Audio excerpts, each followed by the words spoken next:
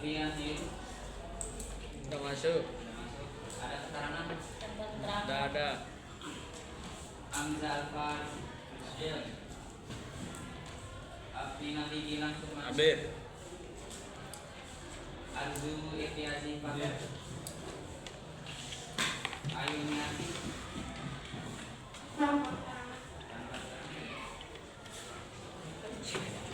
Azikran Cici David Dir. Didi Kurniawan Dir. Firman. Udah masuk. Jadi hari ini kita akan belajar tentang konsep mall, melanjutkan materi kita yang kemarin. Jadi kemarin kita sudah belajar tentang konsepnya aja, teorinya. Dan sekarang kita akan belajar mengenai pembagian dari konsep mall tersebut dan perhitungan konsep mall. Baik. Ada penghapus?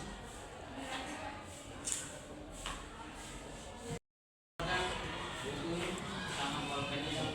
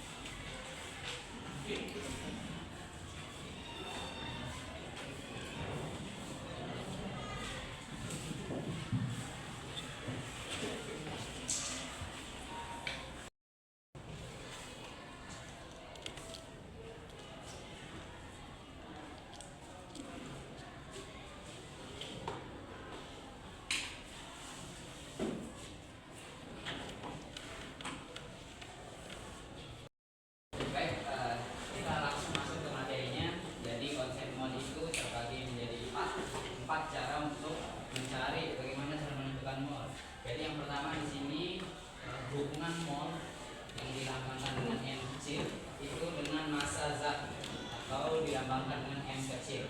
Jadi rumus yang digunakan di sini adalah jika yang ditanyakan di soalnya itu adalah massanya, maka rumus yang dipakai itu adalah N kali MR atau AR.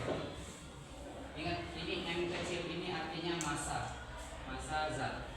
Jika yang ditanyakan di soalnya itu adalah M atau massanya, maka rumus yang kita gunakan itu adalah N kali MR atau AR. Nah, jika yang ditanyakan di soalnya adalah N atau molnya, maka rumus yang kita gunakan adalah massa per MR atau AR. Kita langsung masuk ke contoh soalnya supaya lebih paham apa artinya. Diketahui AR sama dengan 1 dan AR sama dengan 16. Berapa mol air H2O dalam 36 gram air? Ingat, yang ditanyakan adalah molnya. Ingat, diketahui di sini kan yang diketahui adalah masanya. Massa molekul air ini 36 gram air kan? Nah, sekarang yang ditanya di sini berapa mol air? Kita tulis rumus N. Kita balik ke sini karena yang ditanyakan itu adalah N. Kita gunakan rumus yang ini. Kita masukkan ke sini N sama dengan M atau MR. N sama dengan MR. Karena H2O itu adalah molekul terdiri dari unsur-unsur. Kalau satu kan artinya unsur, maka rumus yang digunakan adalah AR. Tapi karena di sini adalah H2O terdiri dari 3 unsur, maka yang digunakan adalah MR.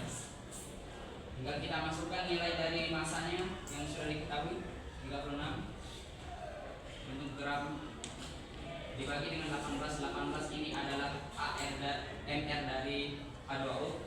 Kan sudah kita belajar tentang AR dan MR kemarin kan pada materi sebelumnya atau pertemuan sebelumnya. Tinggal kita masukkan sini 36 dibagi 18 sama dengan 2 untuk nilai molnya. Berarti mol air dalam 36 gram air ini adalah 2. Sampai sini paham? Ada yang perlu ditanyakan? Enggak ada. Silakan ditanyakan.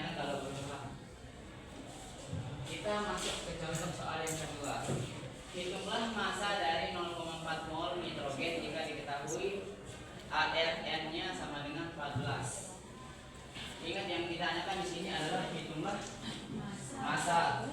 Yang ditanyakan adalah massa, berarti rumus yang kita pakai rumus kali massa kali mR atau AR. Yang diketahui di sini adalah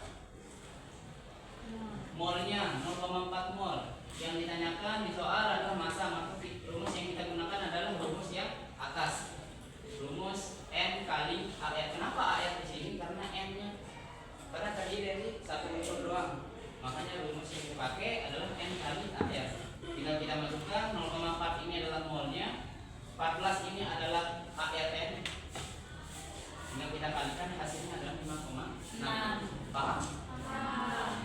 Sama juga dengan ini.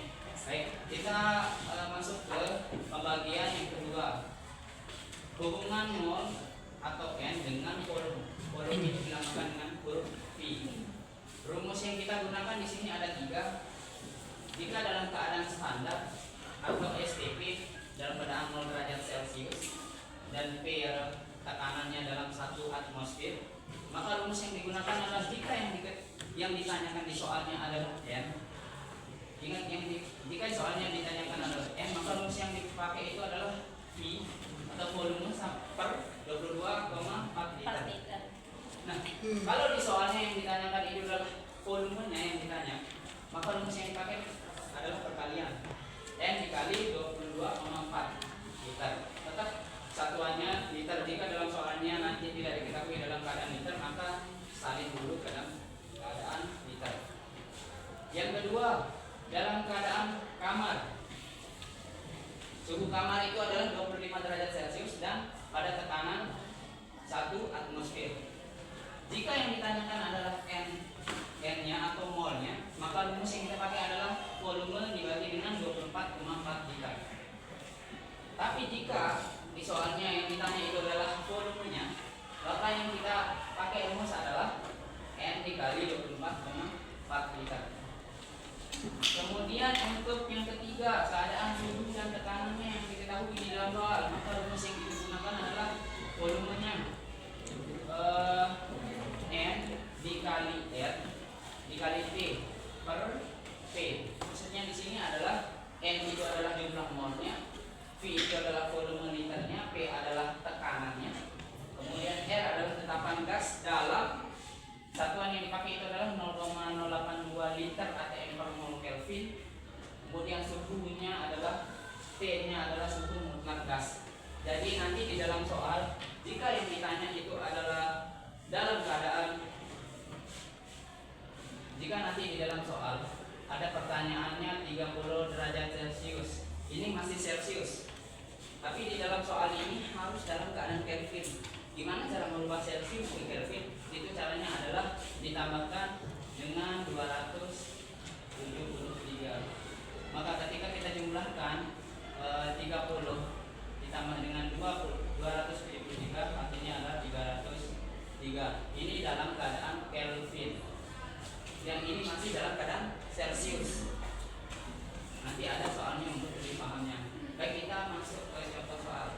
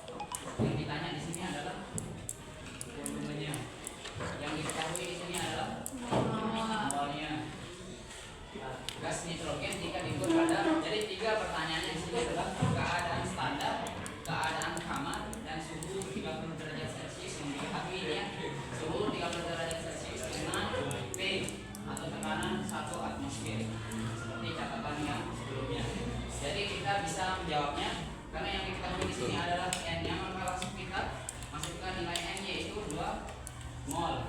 Yang ditanyakan di sini adalah keadaan standar STP, RTP-nya adalah keadaan kamar, dan T-nya adalah suhunya. Pertama kita cari dulu STP di rumusnya standar. Karena yang ditanya di sini adalah volumenya, maka rumus yang kita gunakan adalah rumus perkalian yaitu n dikali 22,4. Kita masukkan nilai n-nya di sini sudah diketahui 2 mol. Kita masukkan 2 dikali 22,4. Hasilnya yaitu 44,8 untuk nilai STP-nya. Kita masuk ke RTP-nya. Karena yang ditanya juga volumenya, maka rumus yang kita gunakan juga adalah rumus perkalian yaitu n dikali 24,4. Karena n-nya sudah diketahui, tinggal kita masukkan nilainya 2 dikali 24,4. 2 dikali 24,4 8,8. Ini adalah nilai RTP-nya. Kemudian untuk yang ketiga yaitu suhunya dalam keadaan 30 derajat Celcius. Karena kita perlukannya Kelvin, ingat suhu dalam keadaan Kelvin. Karena di sini adalah suhunya masih dalam keadaan Celcius, maka kita harus ganti. Caranya seperti yang sudah saya jelaskan di atas tadi, yaitu 30 derajat Celcius ini ditambahkan dengan 273. 30 ditambah 273 adalah 203. Maka ini dalam keadaan Kelvin. Nah, enggak kita masukkan karena yang dicari di soalnya adalah volumenya, maka rumus yang kita gunakan adalah rumus volume, yaitu n kecil ini adalah mol dikali dengan L 18 dan T adalah suhu per P atau tekanannya. Kita masukkan 2, n-nya 2 kan dikali 0,082. Ini adalah tetapan dari gasnya. Selalu akan dipakai yang 0,082 berapapun soalnya. Itu kalau yang ditanya adalah R-nya, maka nilai yang digunakan adalah nilai yang 0,082 dikali 30 derajat Celcius. Kita salin dulu 30 derajat Celciusnya. Maka kita ketemu dengan 2 dikali 0,082 dikali 303. Ini per 1 ya. Tapi kalau per 1 itu tidak perlu ditulis, karena berapapun dibagi 1 itu tetap hasilnya yang awal. Maka 2 dikali 0,082 dikali 303 itu hasilnya adalah 49,692. Kenapa di sini saya tulis 50? Karena nilai 49 ini jika dibulatkan, karena ini 6, makanya kita bulatkan menjadi 50. Tapi kalau di sini adalah 4, itu tidak bisa, tetap 49 sebagai nilai bulatnya. Kita masuk ke konsep mol, bagiannya yang ketiga yaitu hubungan mol dengan jumlah partikel. Kita misalkan di sini jumlah partikelnya adalah X. Kita lambangkan jumlah partikel itu adalah X. Maka rumus yang kita gunakan jika yang diketahui di soal, jika yang ditanyakan di soalnya adalah n, maka rumus yang kita gunakan adalah n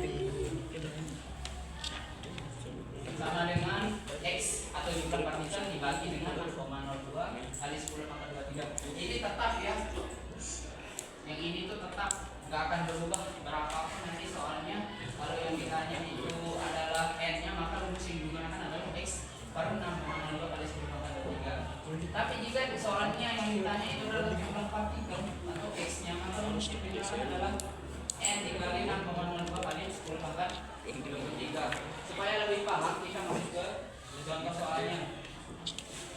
Di sini hitunglah banyaknya mol. Yang ditanya adalah banyaknya mol yang terkandung dalam 3,01 kali 10 pangkat 23 molekul air. Molekul air, ingat.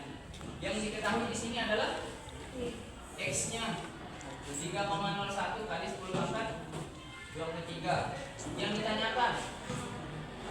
ditanyakan adalah molnya. Maka rumus yang kita gunakan adalah yang ini, karena yang ditanya adalah molnya. Maka kita masukkan nilai X sama dengan per 6,02 kali 10 pangkat 23. Nilai X-nya di sini sudah diketahui, yaitu yang ini 3,01 kali 10 pangkat 23 dibagi dengan 6,02 kali 10 pangkat 23. Ini bisa kita coret karena nilainya sama. 10 pangkat 23 dibagi dengan 10 pangkat 23 itu sama dengan 1. 1 tidak perlu ditulis. Maka hasilnya 3,01 dibagi 6,02. Ini sama-sama dibagi 3,01. 3,01 dibagi 3,01 hasilnya 1. 6,02 dibagi 3,01 adalah 2.